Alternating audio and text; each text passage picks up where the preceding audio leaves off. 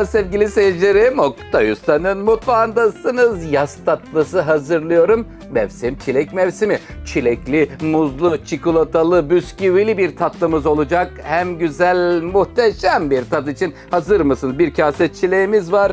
2 paket kakaolu bisküvi var. 2 poşetten oluşan bir paket şantimiz. Burada kıymetli seyircilerim, damla çikolata, vanilya, muz, badem, hepsi sırasıyla aşamaları geldikçe detaylarını anlatacağım. Böyle biraz karışık gibi durabilir. Birleştirince güzel olur. Önce bir krema pişireceğiz. Kremamızda ne var?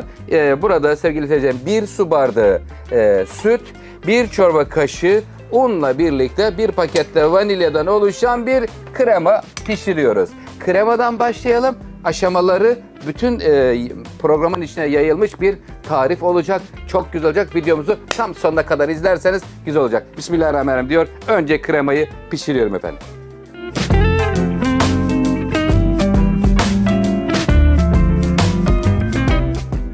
Sevgili seyircilerim, kremamız pişirildi. Şimdi geliyoruz köpürtme bölümüne.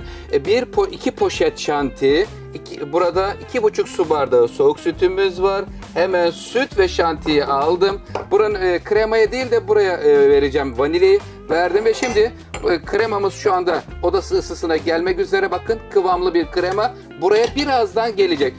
Önce burayı bir köpürtüyorum. Sadece 2 dakika çırpıyorum, kremayı ilave ediyorum.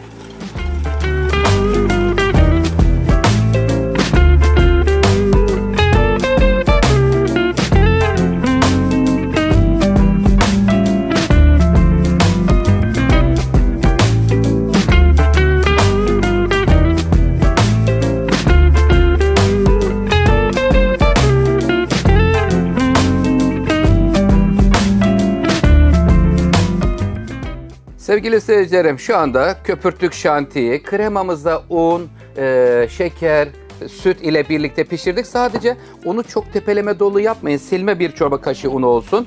Şimdi içerisine 1 tane limon kabuğu rendesi. Çünkü yaz tatlısı olduğu için yazın böyle fresh tatlar çok önemlidir kıymetli seyircilerim. Limon kabuğunu koydum. Şimdi limon kabuğuyla da karıştıralım. Güzel, gayet iyi oldu. Şimdi içerisine 1 kase doğranmış çilek, 3 tane muz, onları da veriyorum. Meyveleri köpürtülmüş krema ve şantinin içerisine dahil ettik.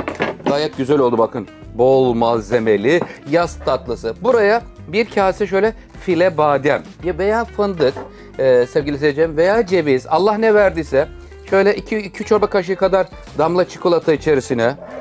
Bakın, içi çok güzel, bol malzemeli ve zengin bir yaz tatlısı olacak sizler için kıymetli seyircilerim. Sıra geldi bisküviye.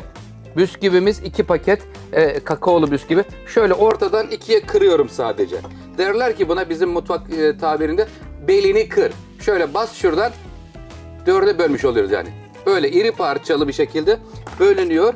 Karıştırıyorum sevgili seyircilerim. Sonra karıştırdıktan sonra bisküviyle, meyvelerle burada cam kabımız var. Bunu hafif bir sıvı yağ ile yağlıyorum. İçerisine alıp buzdolabına kaldırıyoruz. Yazın isterseniz dondurucuya da koyabilirsiniz. Her vakit kurtarıcı olarak da çıkartabilirsiniz. 5 saat buzdolabına bekleyecek. Sonra da servis vakti olacak. Bisküvileri kırmaya devam ediyorum.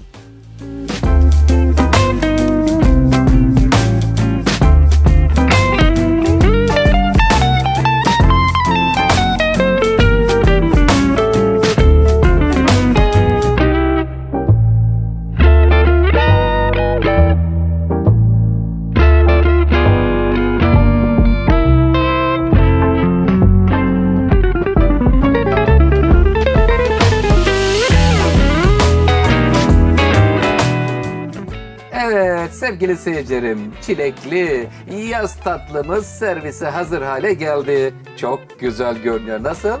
Üzeri çikolata soslu. Hazır çikolata sosunu pişirdik, soğudu. Üzerine döktük kıymetli seyircilerim. Şimdi çileklerle dizdik. Ortaya da bir tane şöyle çiçek motifinde 4'e kesilmiş bir çilek koyacağım.